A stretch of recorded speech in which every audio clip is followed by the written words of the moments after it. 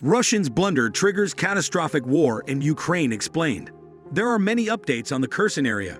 After a long-requested missile strike conducted on the Ukrainian bridgehead by Russia, they slowly realized it didn't change the situation. The Ukrainians kept operating their plant. To rectify this failure, the Russian Air Force decided that Fa-500 bombs were dropped from the air. The Russians were not very successful in their operation because the pilots failed to do a good job, and the bombs didn't hit the target. This is why the media almost entirely ignored this event. Ukrainians continued to accumulate forces and equipment to better resist Russian attacks. The Russian command figured that since it happened right after several strikes, Ukrainians would be desperately pumping in soldiers to compensate for their losses and to retain the bridgehead. So they sent only one T-72 tank to destroy what was left of Ukrainian positions. The estimates were far from accurate. Ukrainian reconnaissance teams were quick to notice the Russian tanks' advance and communicated the information to ATGM crews, who quickly set out to confront the attackers.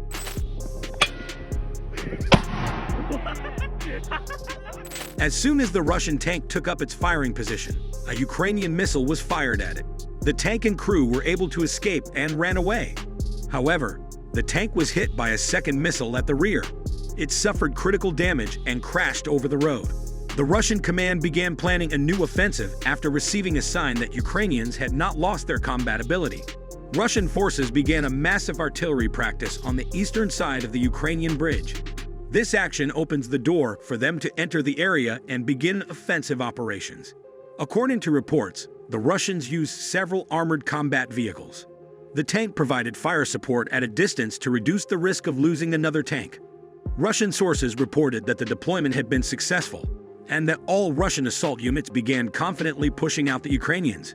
Ukrainians lost ground quickly at first. The tightness suddenly shifted. As soon as the Russians approached the bridge, the Russians were pounded by artillery. The Russians realized they were trapped in the fire bag and tried to break out. The risky move was made to punish the storms, which were mostly prisoners. Soldiers from the 205th and 61st Brigades were cleaning the houses. After suffering heavy losses, the Russians began to retreat.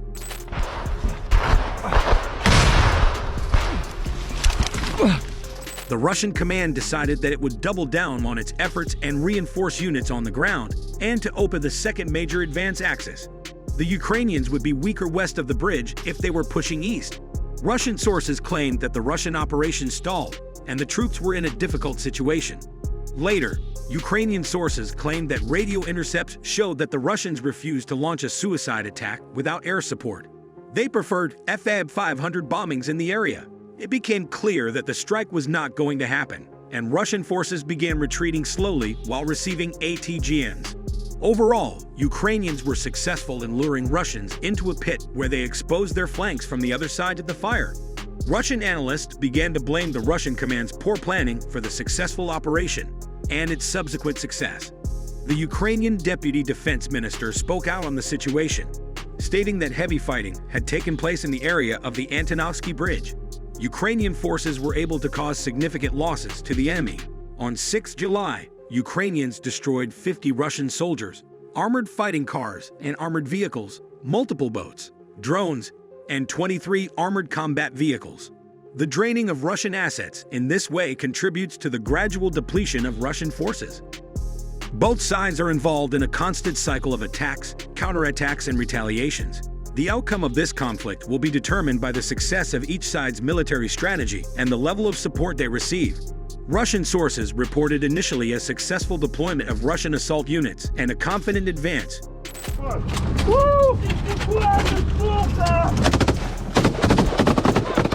which pushed the Ukrainian forces further back. The situation suddenly shifted to the Ukrainians. The Russians were greeted with heavy artillery fire as they approached the bridge. They were trapped in a dangerous situation to break through. A punitive Storm Z unit, made up mainly of prisoners, had been assigned the risky mission, while other units cleaned houses in the surrounding area. This failed, and the Russians suffered significant losses, forcing them to retreat. The anticipated attack did not happen,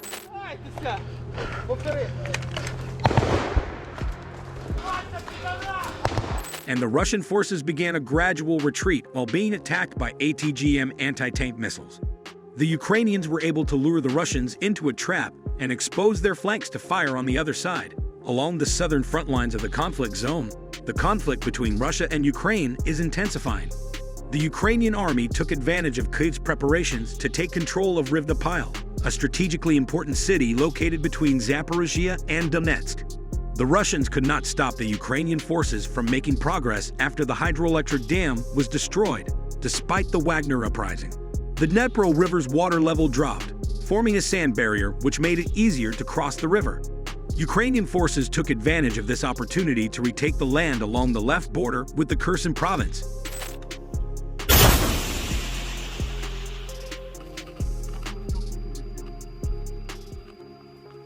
Which could pave the way for future advances into Crimea. Ukrainian troops also captured Dachi, which is located in front of Kherson, near the Antonovsky Bridge. However, there was no official announcement from the Ukrainian military. Rumors claim that Ukrainian troops are exploiting vulnerabilities in Russia's defensive positions along the southern front line.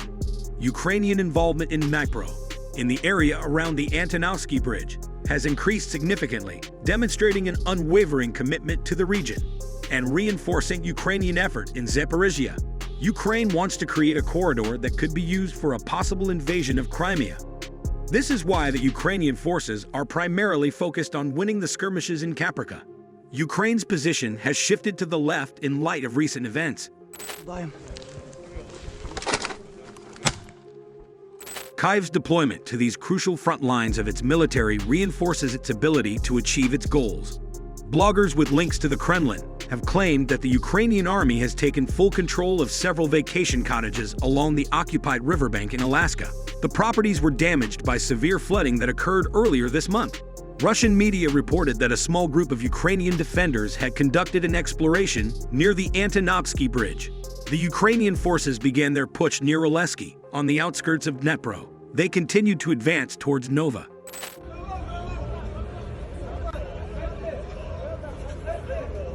The Russians have responded to these efforts. Russian war analysts have provided their insight into the current situation. The failure of Russian attacks was largely due to the deployment by Ukrainian defense forces of an S-300 anti-aircraft defense system. Russian blogs reported that Ukrainian forces had gathered near the Antonovsky Bridge to prepare for a counterattack.